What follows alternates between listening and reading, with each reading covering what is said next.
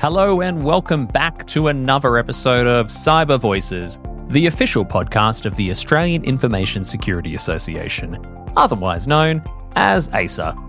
I'm your host, as always, David Willett, and it is my pleasure to have you with us as we explore the diverse voices of the Australian cyber industry.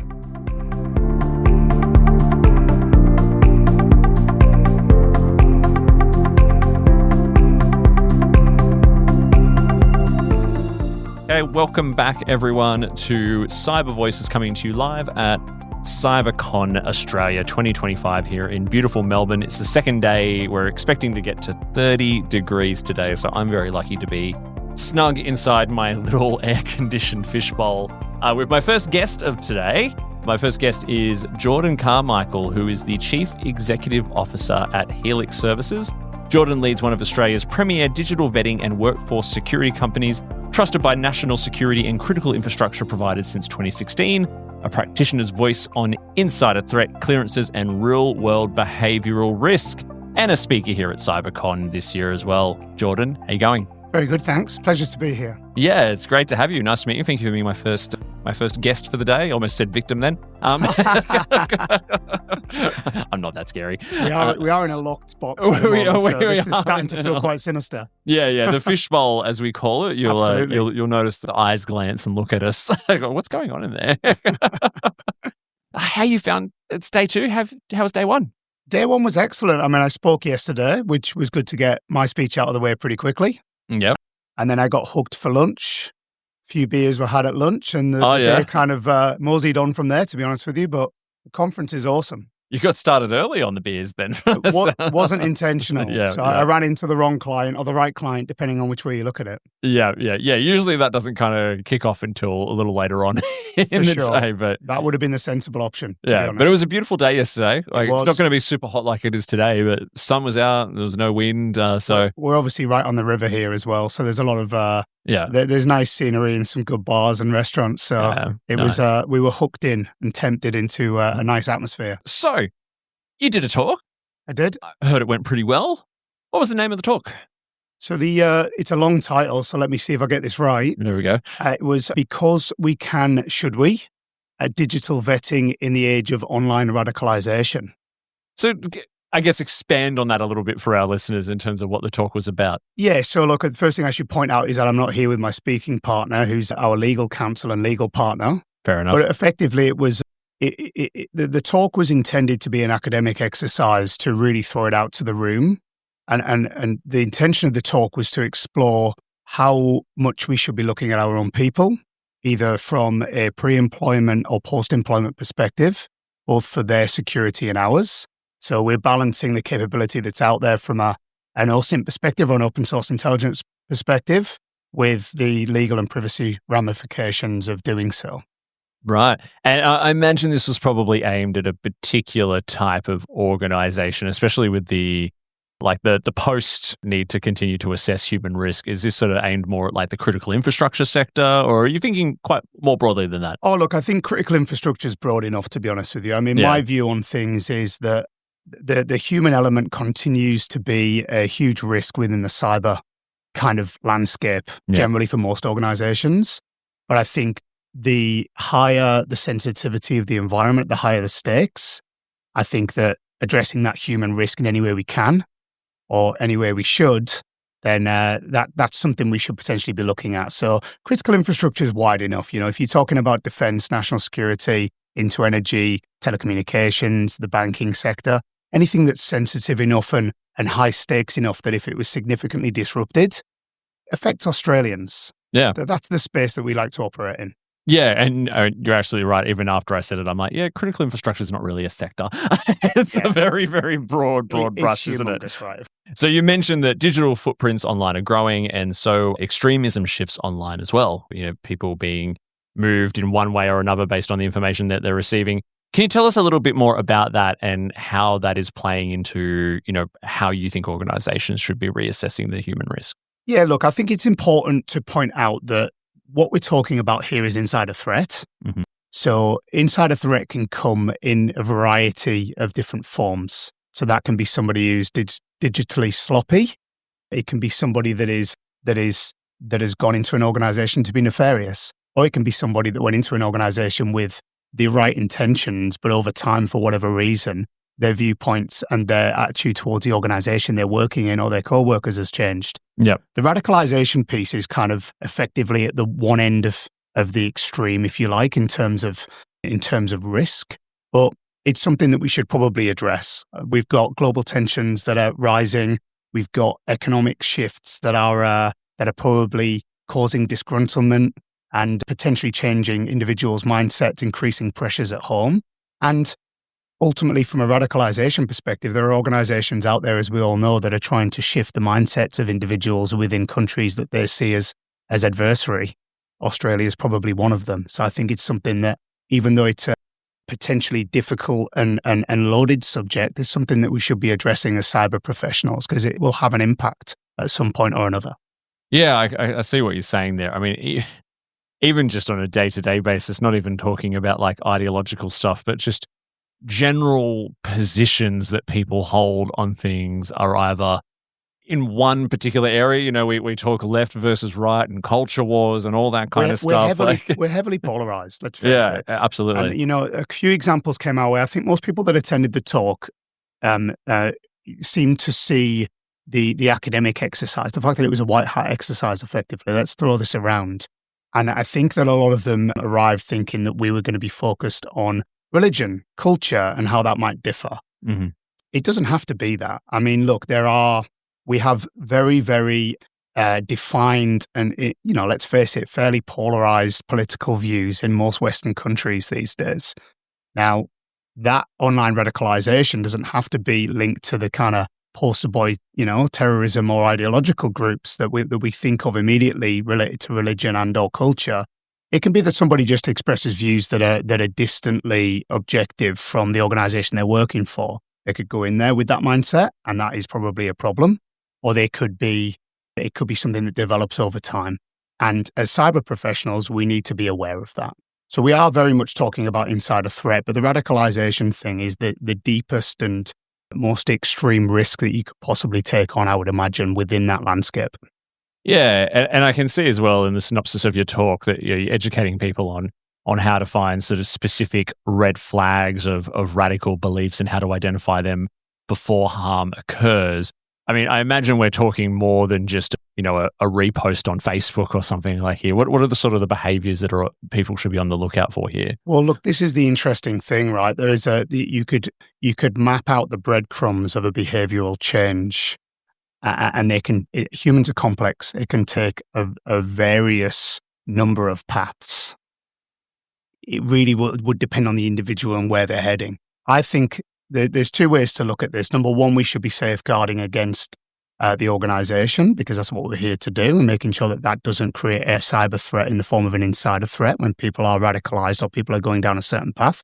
There's also a duty of care here to the individuals involved. More people are working from home, less line of sight, less visibility over an individual's mental health.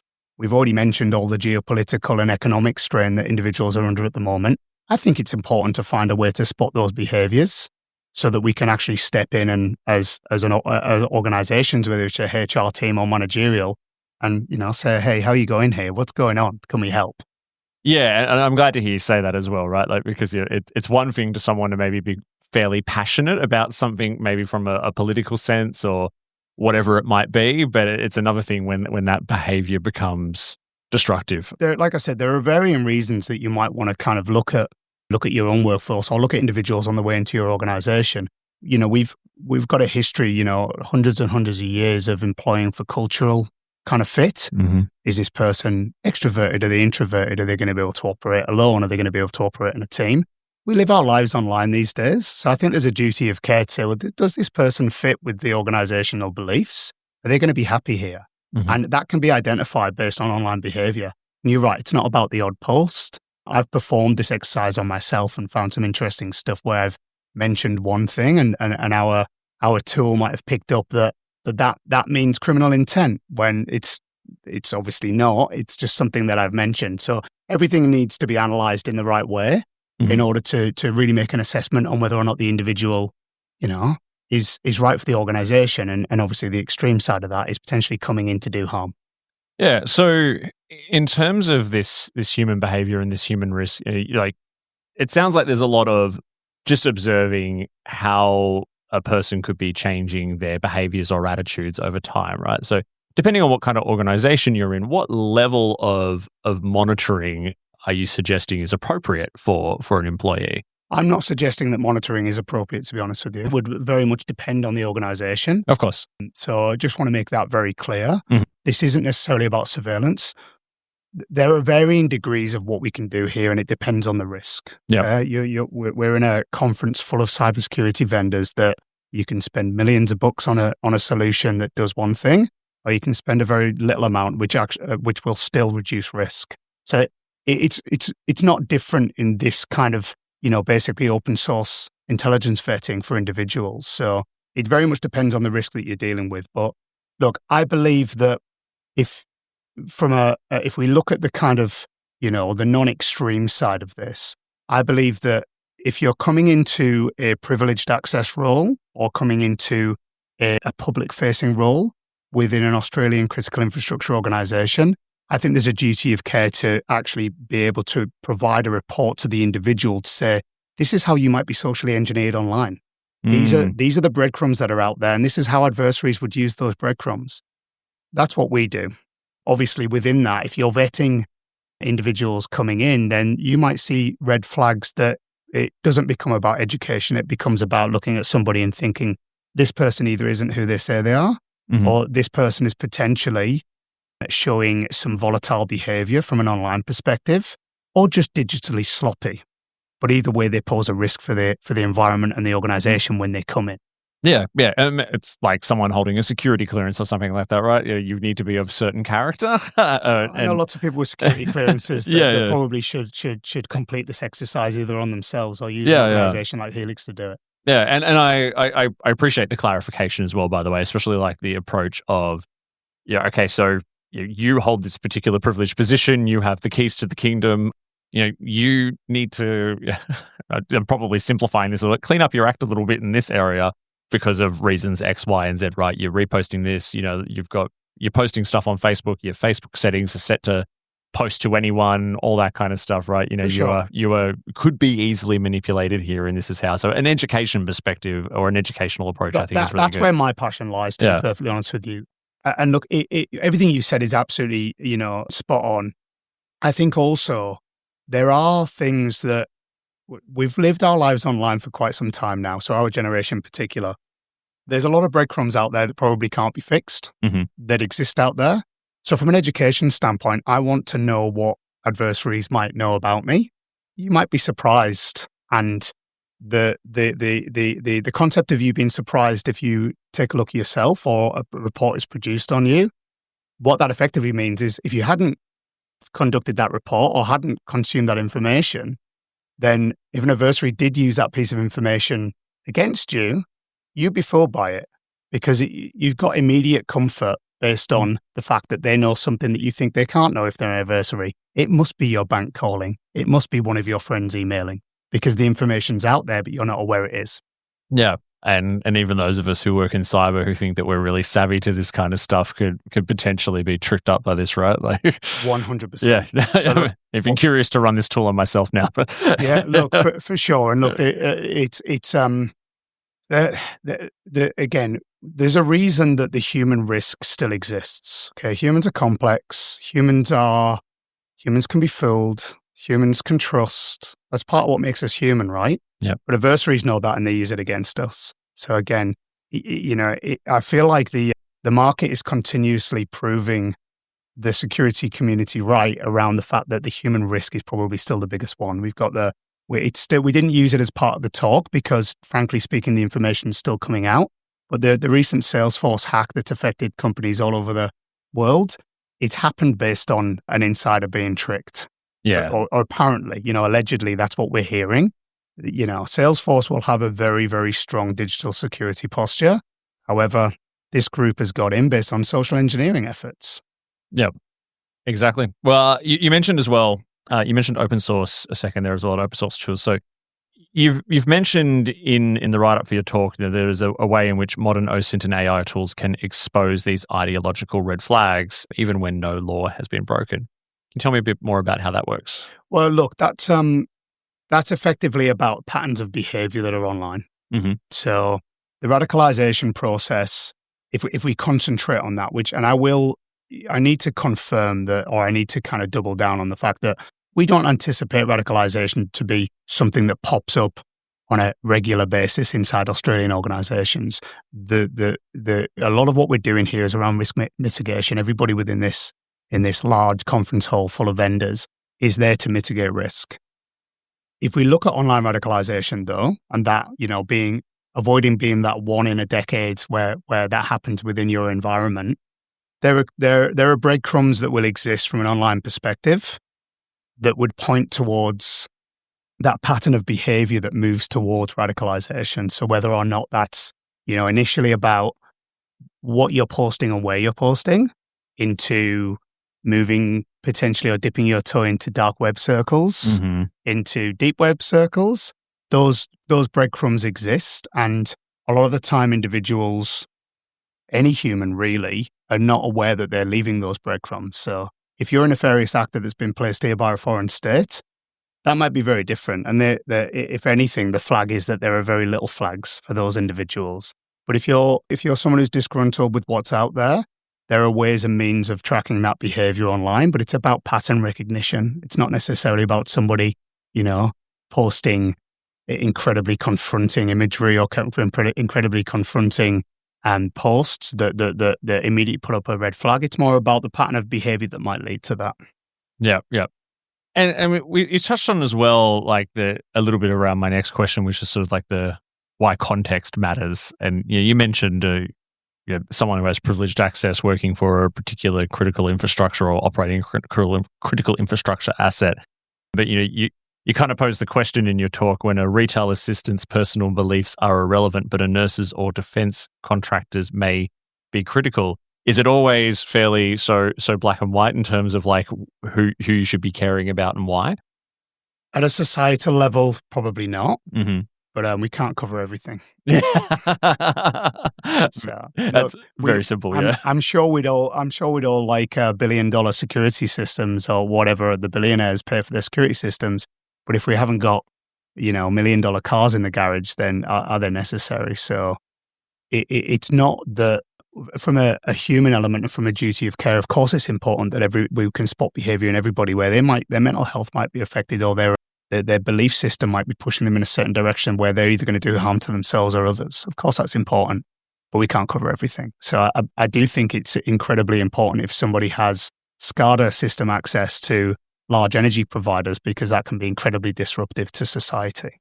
Yeah. And same goes for people working in healthcare, right? You've mentioned like nurses here as well and stuff like that. Like the impact and the damage that can cause can be equally as catastrophic to human life. Like, I mean, that's a risk that, to be honest with you, as a father and a person who loves my loved ones, mm-hmm.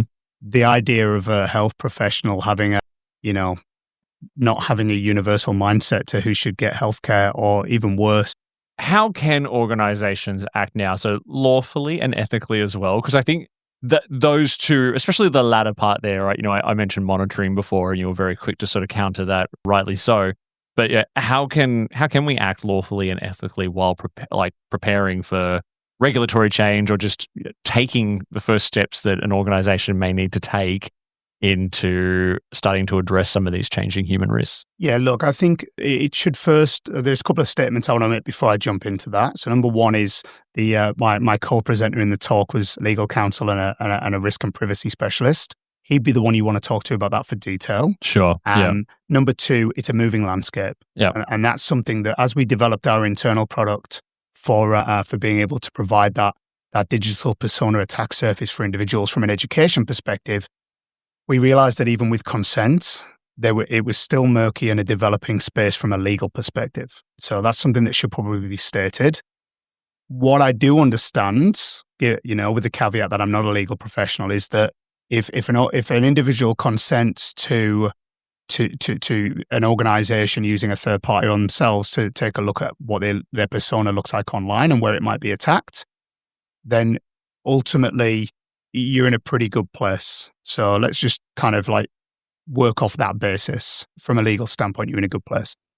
What do I think organizations should be doing? Look, if you're it's less about what organizations should be doing and more about what individuals should be doing. I think if you're going into an organization where you pose you're potentially a high-value target for hacker groups of any kind, whether they're state-sponsored, hacktivists, whatever it is, if you're going into a position of privilege, then you should absolutely know what your attack surface looks like. What does that actually mean? What's there online? Can my typical geolocation be triangulated on a Saturday because I constantly check in at the same places? Is it obvious about my wants and interests? It's just vital that you understand what you look like, or more importantly, what your persona looks like online and how that might be manipulated. And more because, you can defend against that.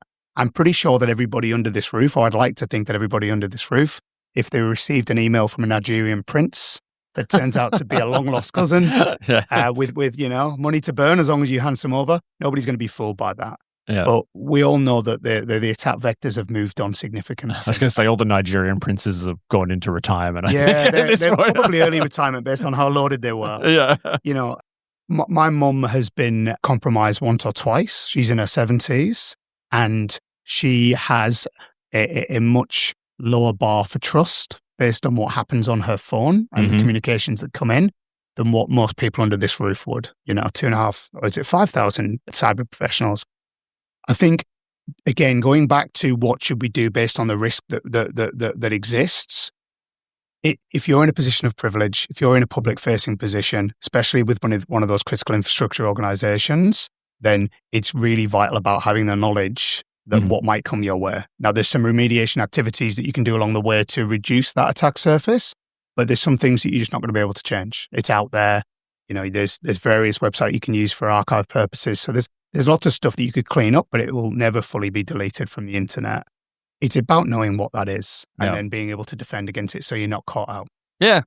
And I wonder if there's an element as well when educating people on this is to maybe not feel shame around it either. Because I even think about myself, right? Like, I probably was on social media before I got into this career. Like I'm old, you know what I mean? Like, and back in the day, it was just fun to just put like whatever the hell you put up on there, right? And sometimes I think like stuff could pop up where I'm just like, God, I said that? Like, it could be harmless, but yeah, I think all of us have probably, or most of us, have probably done something at some point on social media or said something where like, oh, geez, that was a bit dumb. Maybe I shouldn't have said that, right? Like, you show me somebody that has got a completely clean background, either personally and has never regretted something they've said, or something they've digitally posted, and I'll show you a liar. Yeah, exactly. So it's more about understanding what that means and how an adversary might leverage that. It's not about judging an individual because of what they said, what they haven't said,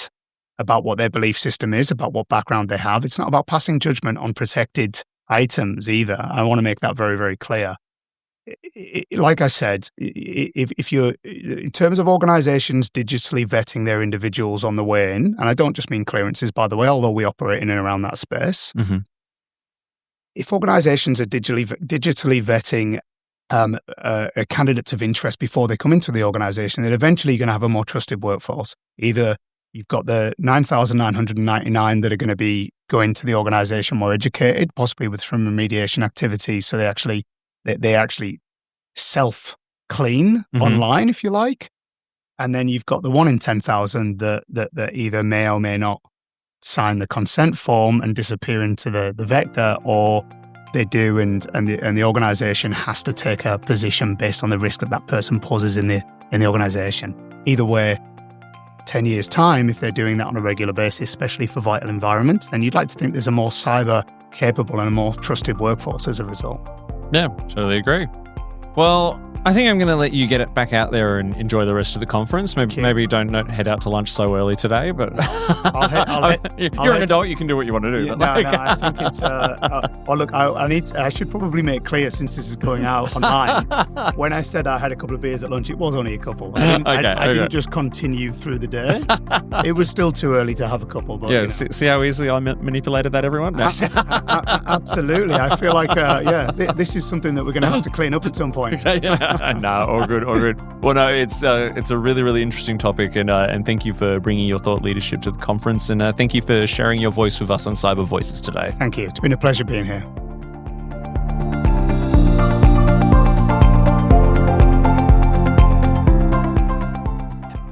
Thank you for listening to another episode of Cyber Voices.